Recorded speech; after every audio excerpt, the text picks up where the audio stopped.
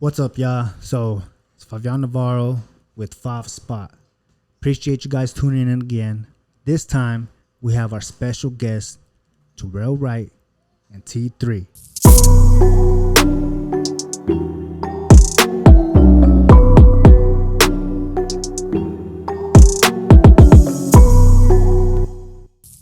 How y'all doing today, man? Good. Doing good? Nice. Love to hear it, bro. How you doing today, bro? I'm doing good today, man. I'm glad to be a part of this show that you're having, man. Part of this podcast. That's love, bro. I appreciate you, man. Honestly, I appreciate y'all just giving me y'all's time. You know, I know y'all got a busy schedule. You've had like a lot of opportunities in front of you these last few weeks. I've been keeping an eye out, you know, so it's been really, really dope to see all the blessings that have been happening. So, I mean, I just appreciate y'all giving me your time. You know what I mean? Both of y'all coming through and making this happen, you know? So y'all are one of the first guests of the first few episodes, and I was just excited whenever you said, yeah, let's do it. Yes, sir. Yes, sir. Let's do it.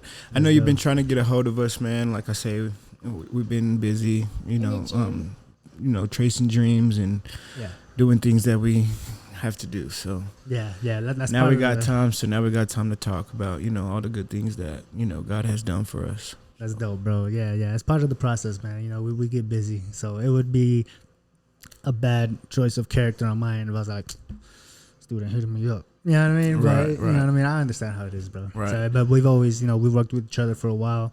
Even when you're doing your, you know, your training camps and everything. And from the get-go, you know, it's always been good vibes, good people. So right. You know, we always Likewise. have good business with each other. Right. Likewise. Yeah. Yes, sir. So, again, we got Terrell and T3.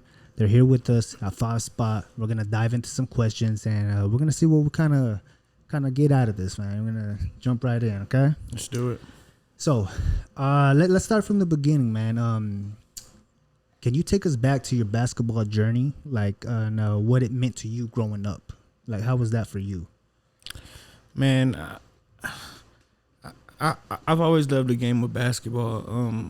Being a young kid, I was kind of like, I grew up the only boy of the house, only man in the house. My mom, single mom, raised 3 kids total, 2 sisters, one, and I'm the only boy, the middle child. So they would always do stuff like girl stuff and stuff like that, and stuff that I just couldn't correlate with, I guess you can say, you know. Right. So I just started playing basketball, like picked it up in the neighborhood, just started playing, and next thing I knew, I loved it. And I got to about maybe, I didn't play any like travel basketball, any AAU or anything like that. The first time I played on the competition basketball was 6th grade. I made like the middle school team. Nice. And to me, in 6th grade, yes, okay. I made like the middle school team. So to me, I made the A team. So for me, like that was everything. Like I'm like, dang, like I get to play basketball and work on what I work on in the driveway and, you know, stuff like that. So that's kind of how like sparked and how my interest became, you know, started with basketball. Right. Okay. So did you like always know that, you know what I mean, basketball was your thing, like when you first picked it up, or you just kept on, like, I enjoy this, so I'm gonna keep on doing it? I mean, not in a cocky way, but I've always been good at it. Like, you know, it's something that I've always been good at, and I was always better than my friends, and, you know, like people that was around me, and they kind of like, I guess you could say, gassed me up, you know, and would always tell me like, dang, bro, like you're good, you know. So I just kept on doing it, and, you know, I got to about 7th, 8th grade, and I met this special coach that I'll never forget, and he's kind of like the reason like why I do what I do. His name is Coach Dion. Coach Dion. Yeah, Coach Dion. Shout out to Coach Dion. Shout out Coach Dion. He started like this little AAU team, man, and he would take us traveling around, and, you know, it was like he would come and pick us up. And I grew up in the Dallas, Texas area, the Fort Worth, Dallas area. Okay. I grew up in Duncanville, Grand Prairie, Duncanville, Texas. So that's where I grew up at. And he would pick us up, I mean, kids from Duncanville, Lancaster, Dalworth, I mean, all kinds of spots. And he would take us to these big tournaments, and we would get to showcase our skills and stuff like that. Right. And it would be like 9 sweaty boys riding in like one car, and, you know, in Coach's car, and he would take us to these tournaments and stuff like that. So playing on these tournaments, winning them and stuff like that, that's kind of where like I got the idea of like, you know, playing AAU and the AAU side of basketball, which is a whole nother side of basketball. That's dope. Okay. So was that like was Coach Dion like one of the first ones to actually like, yo, let's all go, or like he kind of, you know what I mean? So let's suit up. And a little go. bit about Coach Dion, man. I was playing on this travel team behind these. We were called the DFW Dragons. I still remember like yesterday. And we had these really great set of twins. They're called the Neal twins, Eric and Derek Neal. One of them actually, he's playing professional basketball to this day. Oh, nice. His name's Eric Neal. He's playing professional basketball. He plays like all overseas and stuff like that, and he's really good. He ended up going to the University of Arlington. Nice. Doing That's his little beautiful. 4 years, right? And his twin brother, they played football, and he ended up going to the University of Kansas. Okay. So anyways, these two twins, man, they were just so good, and I was sitting behind them, man, and they would always get all the playing time and, you know, stuff like that. And we played in the Dallas-Fort Worth area, so the competition was real heavy, you know, and we just kind of, I was sitting on the bench, you know, and one game, Coach Dion came up to me, never knew this man, never seen him, never heard of him or anything. He just like, man, like, why are you sitting on the bench, bro? He was like, you can come play for my team. And he was like, you can be a starter. You know, he was like, you can start. And I was like, cool. So I go home and I'm telling all my friends, like, bro, like, I got this coach, like, you know. So I start asking if they can play, you know. Next thing you know, we had our own team. And Nice. we were called the DFW Heat. I still have that jersey to this day. That's dope. Still have bro. that jersey, Yeah. man. That's beautiful, man. That's beautiful. So, you did say, you know, you grew up in a all-woman household. Mm-hmm. And you say, you know, you kind of had a hard time kind of relating to what they had going on. How was that, bro? Like, how was that lifestyle? You know, because it was just you're one guy, you know? Right. Yeah. They just, you know, like to do different things like shopping and, you know, nails and, you know, just stuff like that. And that's just something that, I mean, I like to shop, don't get me wrong, but like not the stores and stuff that they go to. Right. So, you know, it never sparked my interest, you know, to just be around all women and stuff like that. So I would just go outside, or, you know, my mom, I'll never forget, she bought me my first basketball goal. And she couldn't get me to come inside. Like, you know, I would just stay out there all night, shoot, and stuff like that. I would always get my hair braided, bro, because I don't know if you know Allen Iverson. Of course, you know Allen Iverson, right? That's kind of who sparked like my basketball journey. Like I enjoyed his braids. I liked his tattoos. I liked his swagger. I liked, you know, how small he was and how much he impacted the game. So every day, man, I would go outside and I would try to be Allen Iverson and just imitate his moves and, you know, do the things that he does and he do and, you know, things like that. So that's kind of like how I got good at basketball, actually, was through Allen Iverson. That's dope. So he was like your first inspiration then. Right. The braids, the tattoos, the swagger, that was it. I just Yeah. wanted to be Iverson, man, and that's just kind of why today I'm 30 years old, bro, and that's why I have braids today. That's dope, bro. You know, it's just because of Allen Iverson. AI, bro. Yeah. That's dope. Love to hear it, man. So, okay, we had talked in the past before, and then of course, you know, I just asked you when you came in, wanted to make sure everything was on point. So, from my understanding, you had a scholarship and the talent to go far. Okay, what was the turning point where things just didn't go as planned for you? Man, my journey is different, man, and I'm not here to bad talk nobody or anything, but I'm gonna just lay it on the line and you know how things unraveled and how things unfold. Right. So whenever I was my junior year, going into my junior year, I went to Duncanville High School my sophomore year, you know, stuff like that. So going into my junior year, I had moved to Hobbs. One summer, I had came to visit my grandma, which is on my mom's side. And she was telling me, like, pretty much, like, hey, the boys have, like, summer league at the high school. Like, why don't you go to summer league and, you know, just show them, you know, how you can play. So I was like, all right, cool. So when I got there, I had a cousin, you know, his name's Jemiah. Shout out to Jemiah Smith. Shout out Jemiah. He was there and he was like, man, like, why don't you see if you can play with our high school team? Because, you know, at the time we were high school. So, you know, it was the high school varsity team. So I was like, all right, you know, well, long story short, the head coach, I'm not going to mention his name or anything like that, but he was the head coach at the time. He let me play with the varsity boys. Nice. And I automatically stood in, you know, fit in with the team. My style of position, I was a point guard. My style of play, like I'm a pass first type guard. So I like to pass and get everybody going, throw flashy passes behind the bag, lobs, you know, alley-oops. Like I'm just that type of player, you know, and that's just kind of how I fit in, you know, perfectly. So he was like, man, like if you can move to Hobbs, like I can really help you, you know, get to the next level and, you know, this. And so I'm thinking like, man, like that's always been my dream, is to play college basketball, professional basketball or whatever. So I was like, let's do it, you know. And so I had went home to my mom, which was in Dallas, and I had told her. And me and my mom's close, bro. Like, I'm a big mama's boy. Shout out to my mom. You know, I'm a big mama's boy. And so it was a really big decision for me. Right. I was maybe 15 when I made the decision. I just told her, like, one day she was like, are you going to move down there to Hobbs? And I was like, no. I was like, I can't do it. Like, I don't want to leave you, you know? And she was like, well, baby, like, you got to chase your dreams and you got to do what's best for you and, you know, things like that. So I'm like, all right, like, you know, that's fine.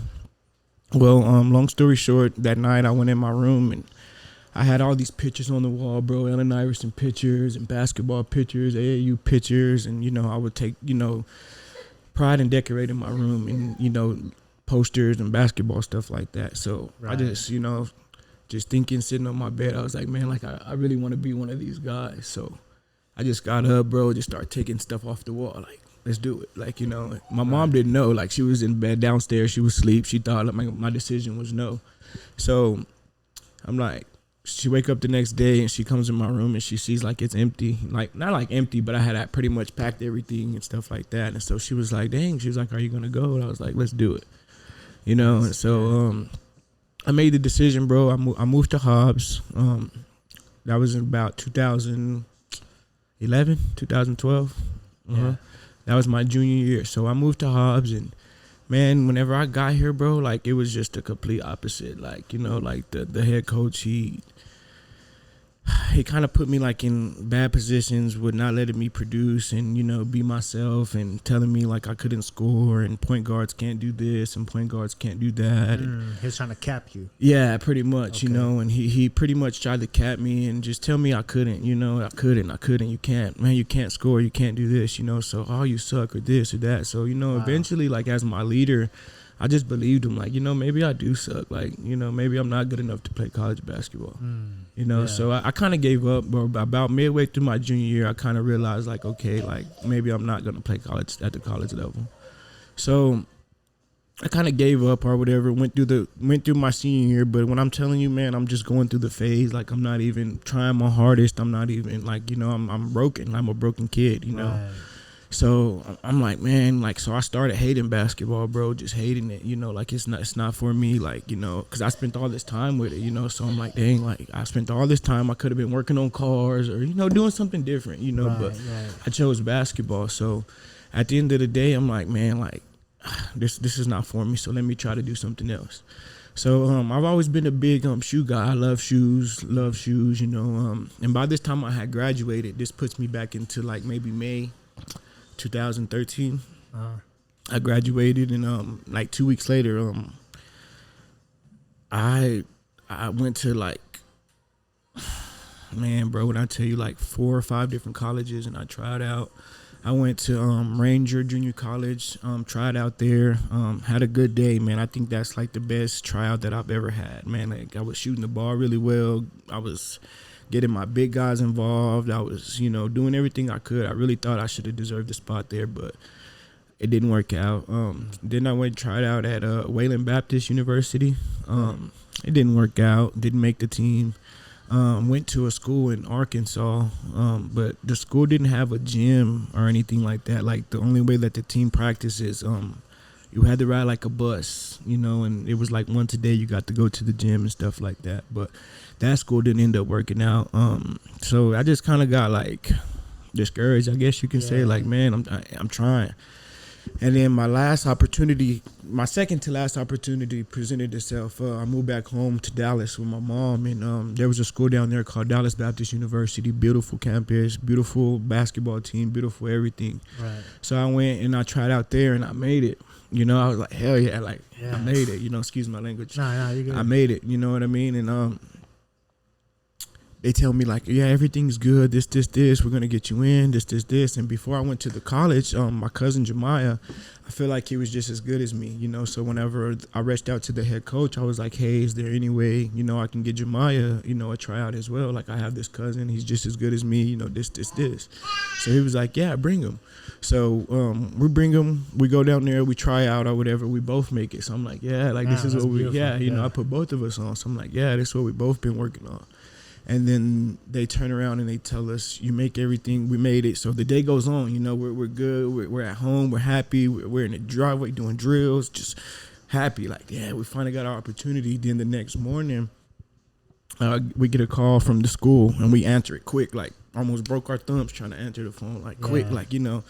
And the school's like, hey, everything went through, but the last thing, have you guys ever took your SAT, ACT? And me, I'm like, no, like, you know, I didn't know anything, you know, about that because, you know, like I say, didn't have the right guidance, you know, growing up. Didn't say, I'm not saying I didn't have any guidance, but I didn't have the right guidance. They, like, you know? They didn't bring it to your awareness, basically. Right, like, pretty much, you know. So I never took no SAT, never took no ACT, you know, anything like that. So I was about 6-7 months out of high school, you know, at the time.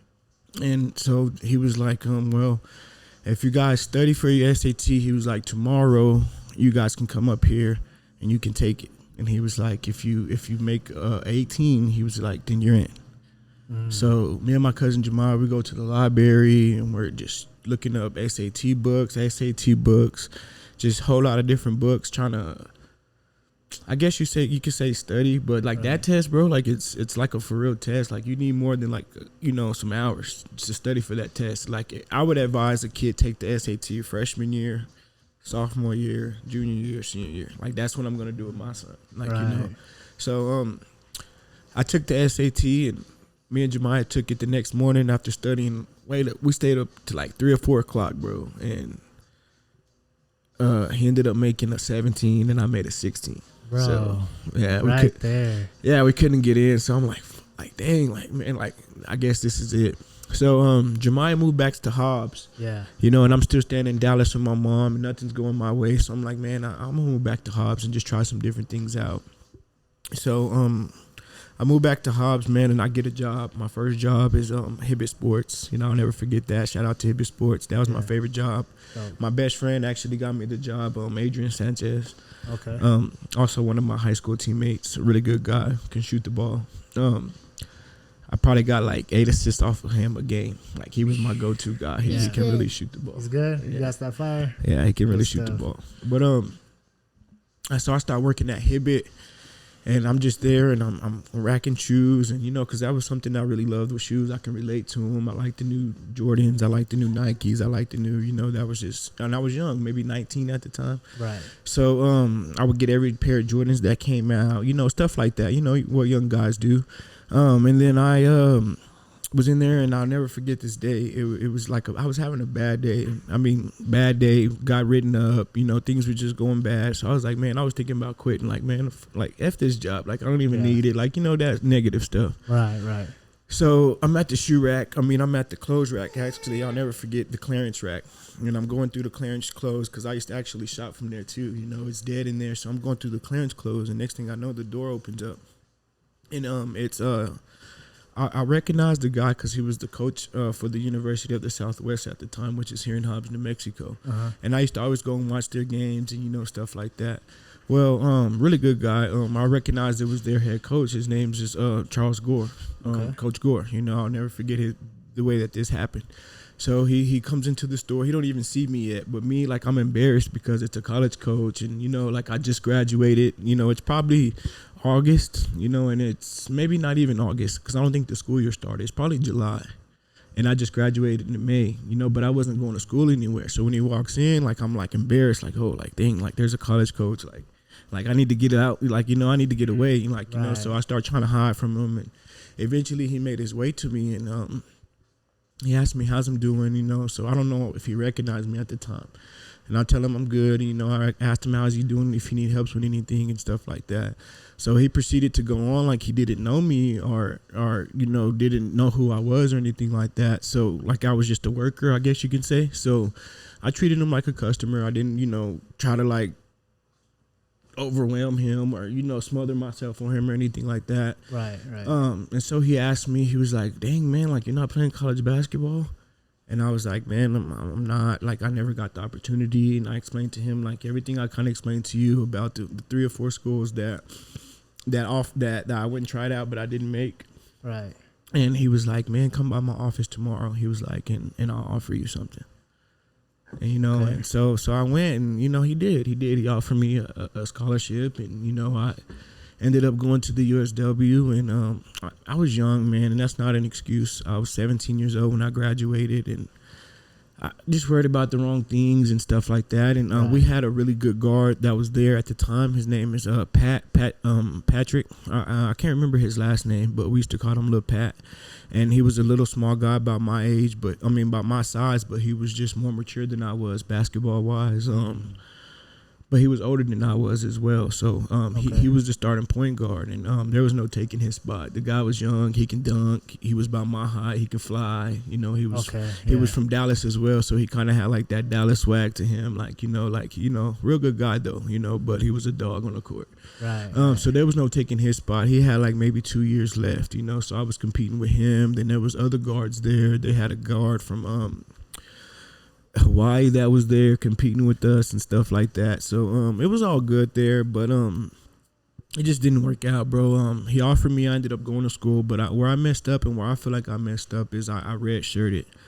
And redshirt means you go to the school and you practice with the squad and you stuff like that, but you don't play. Like but it don't go toward your eligibility of years. Like you get 4 years. Well, used to. Now they're making all this stuff where you get 6 years, and if you go JUCO, and it's crazy now, but you get 4 years, and if you redshirt a year, that year doesn't count towards you. So you still get your 4 years, but basically it gives you a head start because like I should have been hitting the weight room, I should have been learning the plays, I should have been, right, preparing yourself for my opportunity. Yeah, but I thought, growing up, I was always good at basketball. I thought I deserve better than the USW, so I pretty much was like, man, I don't want to be here. This school is this. It's a little school. It's small. But at the end of the day, like it's a school. Like and now that I'm older and I look back at that situation, I wish I would have told myself like, bro, like you're tripping. Like you can get a whole education from this school. Like it don't matter where you're playing. It's about your education. Right. But I was young and wasn't thinking about that. I always thought I was better. Right. So, Right. Yeah. It's just. Especially being young, man, sometimes we just don't realize the opportunities, right, that are in front of us and stuff. So yeah, right. Thinking back, what would you tell yourself back then? Now, like if you're just in your room and it's just you and then young Terrell, I would tell myself just to slow down and don't rush things and take school more serious. But it's funny that I say that to my older self because younger, man, growing up, I was a good straight A student. I'm not gonna say straight A's, but A, B student. I never made C's or anything like that. I was the type of kid, bro, like I would get my report card and my sister would get her report card. My other sister would get her report card. And I'm like, I'm finna go show mama my report card. Yeah. Like, because I'm trying to brag about my grades because how good they were. But I always knew like if you didn't pass, you couldn't play sports, so I always took that upon myself. But as I got to college, man, I don't know like where my mind was. Like I really don't. I was just, I don't know, man, just lost, I guess, and thought I deserved better and didn't really focus on that moment, but I wished I really capitalized that moment. But if I did that, I don't know if I would have became the person that I am today. Like, you know what I mean? Right. So I'm kind of glad it happened like that because everything does happen for a reason. You know what I mean? That's true. Yeah. Kind of built you to who you are now. Right. That's beautiful. Okay. Speaking on that, let's fast forward a little bit. Right.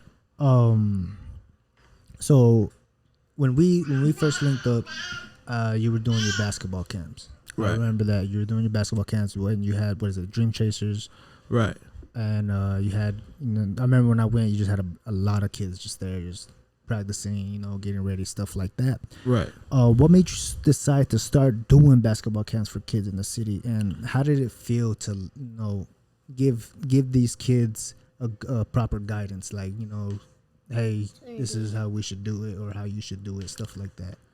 Um, just where it came from. I grew up in the metroplex, bro. Like, you know, the Dallas Fort Worth area where the sky's the limit, and pretty much people, you know, been doing that, and it's just something that I seen as a young kid, as a young child, and, you know, stuff like that. So I'm like, man, whenever I get older, you know, this is something that I wouldn't mind doing, you know, is being a trainer. So it's kind of something that I've always had in my back pocket, because growing up in the big city, training was popular, you know. It wasn't as popular as it is today, but people back then, they trained, and, you know, stuff like that. So that's just something that I've always seen myself, you know, doing and stuff like that. Okay.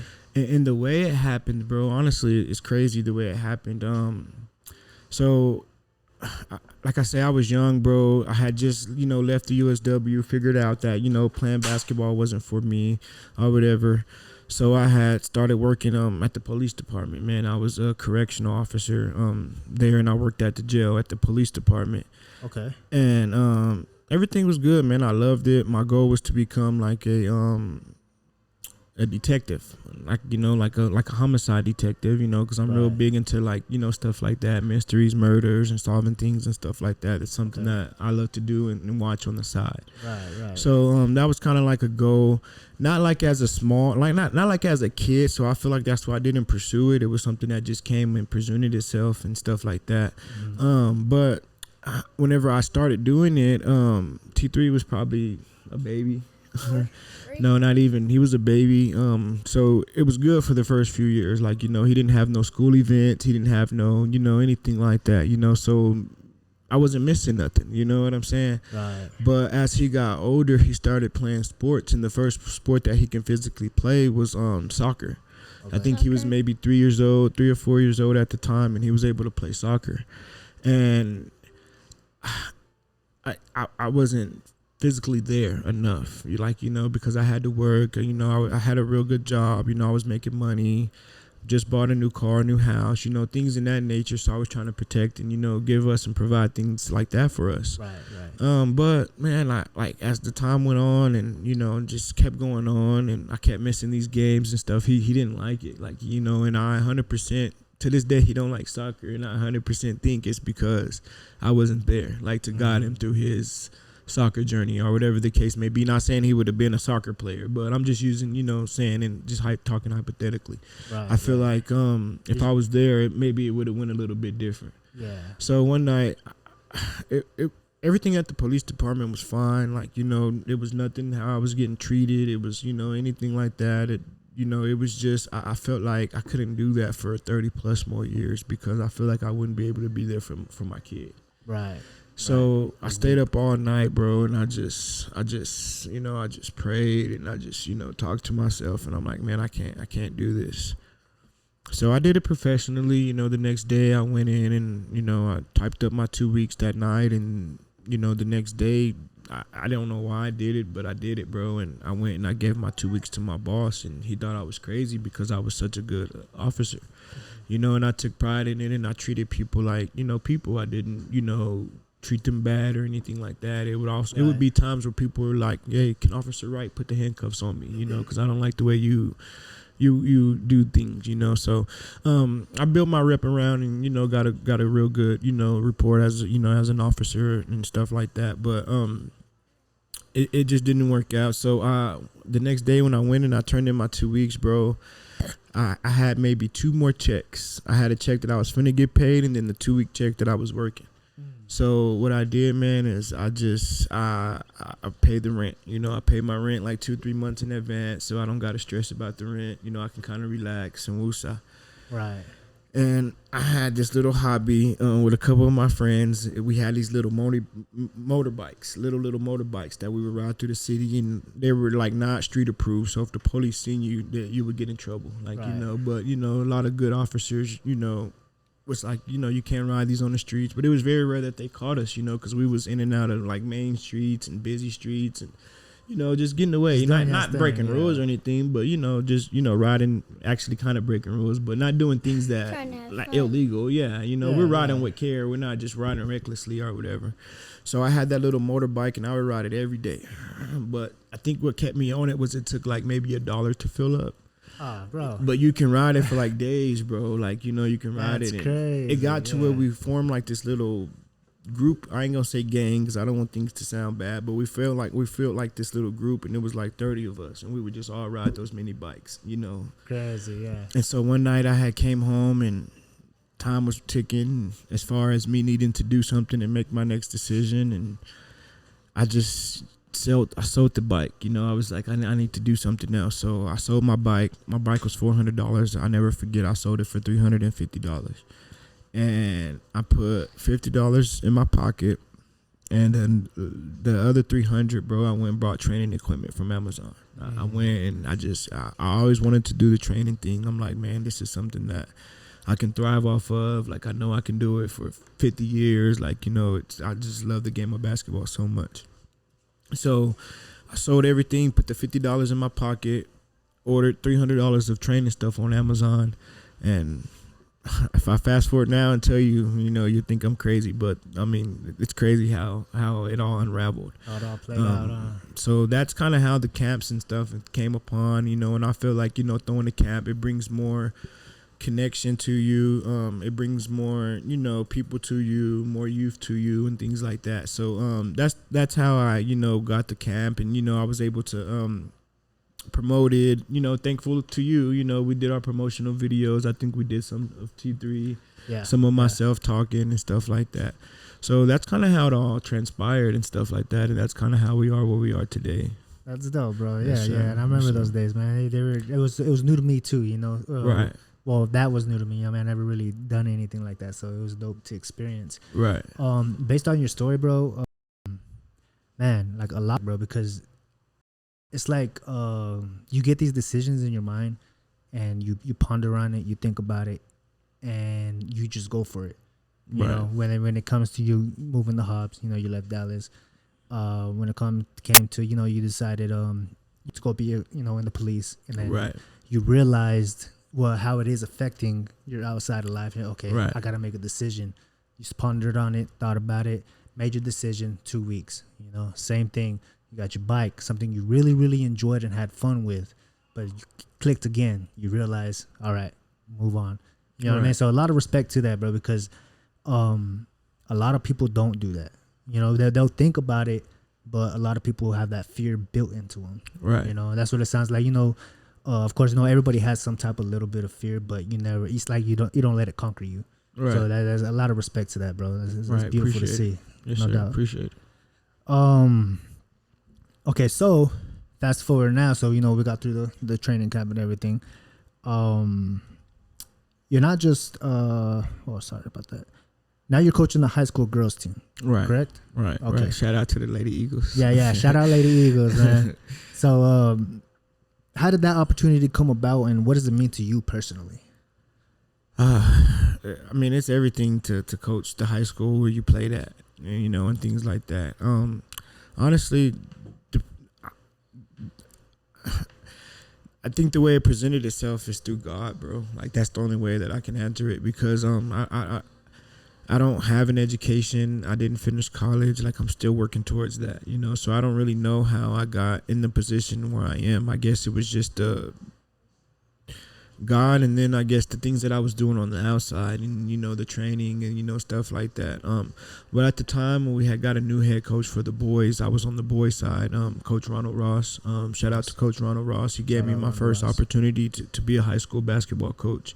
Right. He gave me that opportunity, kind of seen something in myself I guess I didn't see, because I thought I was just going to be a trainer, you know. So, but he reached out to me, and he brought me onto the staff, and I was there for 2 seasons. I did 2 seasons with the boys Hobbs Eagles team, and unfortunately things just didn't work out. We just had some disagreements that I don't know if I should touch unless you guys want to. But the girls head coach called me. He'll give me a text and ask me, you know, if I would be interested in coaching again. So I'm like, dang, like, God has a reason that he keeps bringing me back, you know, because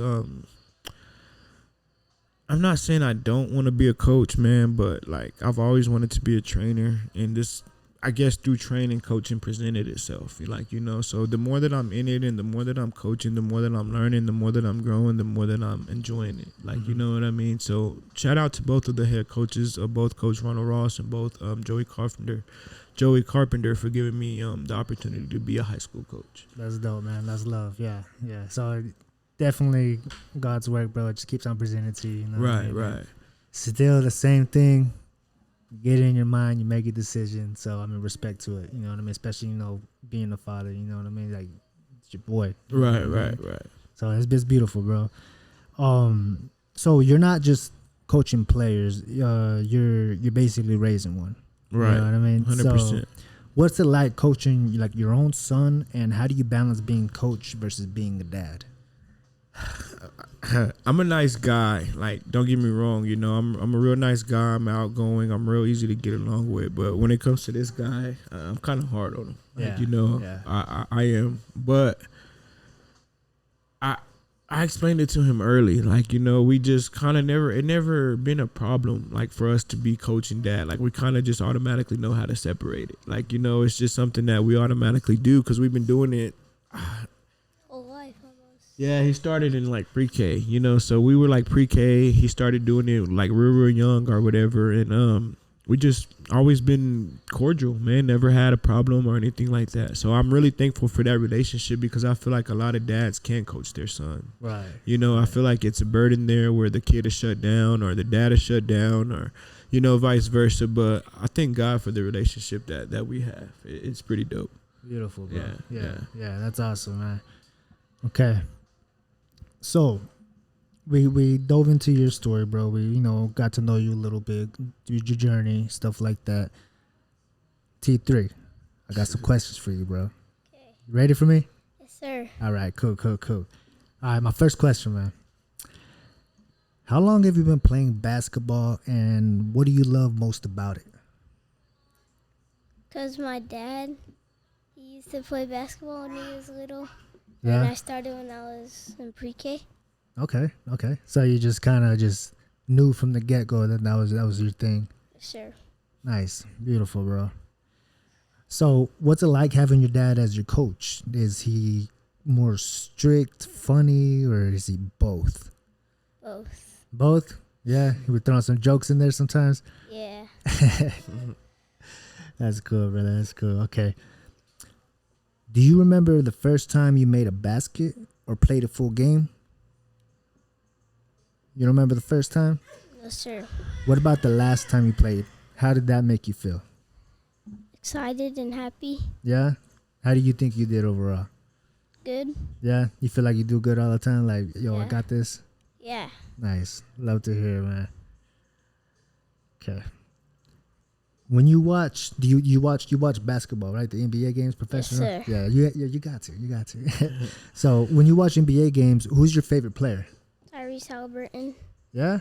Why is he your favorite player? He's good. Yeah? Do you when you watch him, do you see yourself doing some moves or trying to learn from him or anything? Yep. Yes, sir. Nice. Okay. Who's your second favorite player? Or do you even have a second favorite player? My dad. Nice. Okay. I never knew that. Pops. Love it, bro. That's beautiful. Who's your favorite team? LA Lakers. Like the Lakers? Nice. Okay. All right. So when you think about the future, what's your big dream for basketball or even outside of basketball? Like, what's your big dream overall when you think about future T3? If I don't go to the NBA, I'll go overseas. Nice. Okay. So either way, you're going to make it happen, huh? Yes, sir. Who do you want to play for? OKC Thunder. Yeah? Nice. Okay. You going to be hitting those threes? Yes, sir. Nice. Love it, bro. Love it. Okay. So if you could say one thing to kids your age who want to be great at something, who, how you and your dad practice all the time, you're making your goals, you're making sure you hit your baskets, you're learning everything. If you could say one thing to kids your age who want to be great at something, what would you tell them? To be disciplined. Discipline. That's big coming from you, bro. Discipline. Why discipline?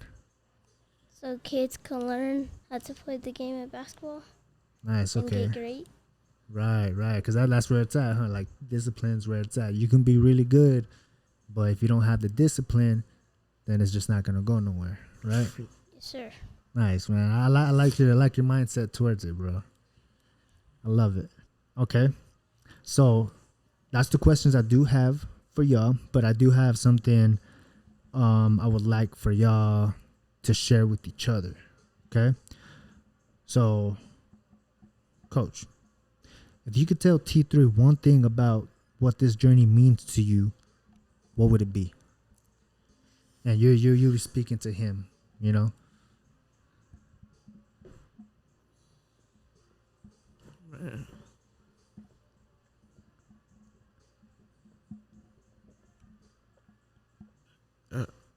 I don't even know what to say. Like, just how much it means to me. Just how much it means to you. Yeah. So overall, it's just a beautiful blessing, huh?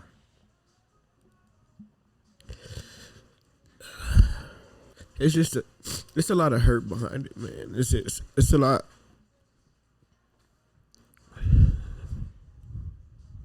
I mean, overall, it's definitely been a journey for you, bro. And then, I see y'all posting all the time on y'all stories. T3's good. Like he's good. Like that boy. I enjoy watching him play whenever I go shoot y'all's games. You know what I mean? Yeah, I appreciate you, man. My bad, man. I didn't mean to tear up. Nah, you're good, bro. That's just how much it means to me, man. I really wish that people can put themselves in my shoes and feel what it means and understand like what this means to me. Yeah, and I think this is like a good way for the people to feel it. Yeah. You know what I mean? Because even me sitting here with you, like I'm getting a good feel for it. We've worked with each other more business. You know what I mean? We got to know each other throughout the years and stuff. But now it's like I'm getting to know you a little bit more too. Right. So it, like I said before, bro, it's like a beautiful sight. Right. Right. No, but what I would say to you, son, is just continue to chase your dreams. Like no matter what happens, just never let another person tell you like you can't. So that's deep. Keep that mindset going, bro, because how you answered it, discipline, you know what I mean? You know where you want to go. It's always going to be basketball. Keep that mindset going, bro. This is coming from, older folks. You're at a good age, bro, and I can see you going very, very far. Sure. So I'm going to need you to sign some stuff for me, man. I'm going to need that autograph soon. All right.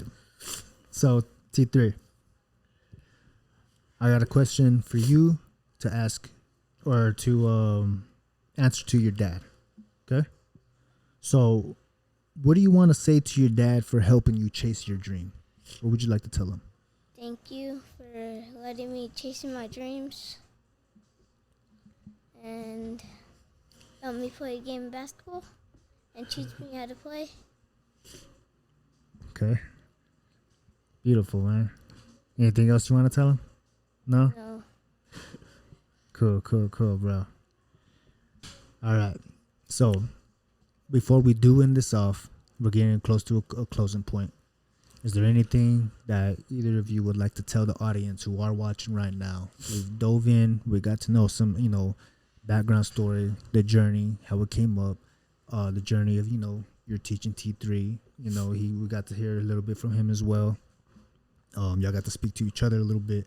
But what would you guys like to say to the audience that are watching? Just if you're a kid, I mean, just chase your dreams. No limits.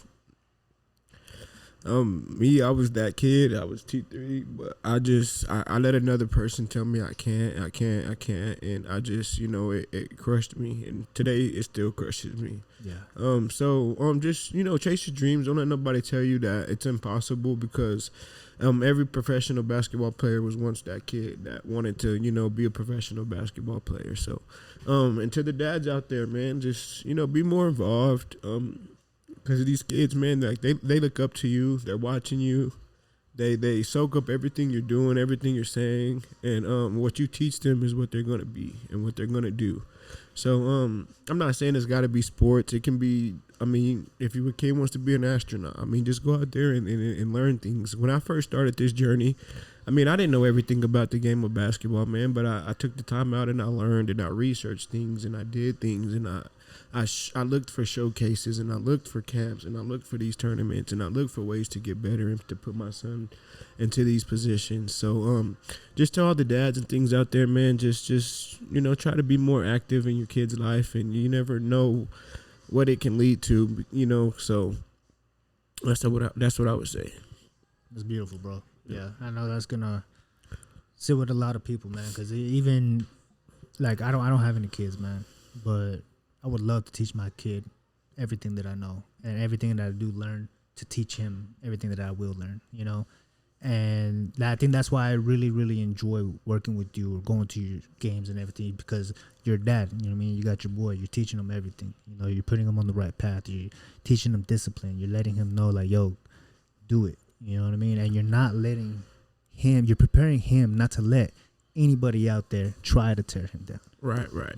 And my whole goal behind this, even if the kid doesn't play professional basketball or whatever, I mean, I'm not going to discredit him or, not be his father or anything like that. But what I do know is going to teach him discipline in life. He's going to be a 30-year-old man and, waking up at 6 o'clock in the morning to go to work or whatever you got to do to provide for your family, I feel like is what this is teaching him. So I'm really thankful that he is the kid that he is. He's not like I ain't gonna say an original kid, but he's different. He's different. He don't play with toys. He don't play with just any little kid things. He's just strictly basketball. That's what he loves. He has a mini hoop on each door, and that's what he does, man. So as a father, I just feel like it's up to me to bring out the best in him and, things like that. So that's kind of, where the drive and the motivation comes from. And I want him to carry my name, and to keep my name and, things like that and be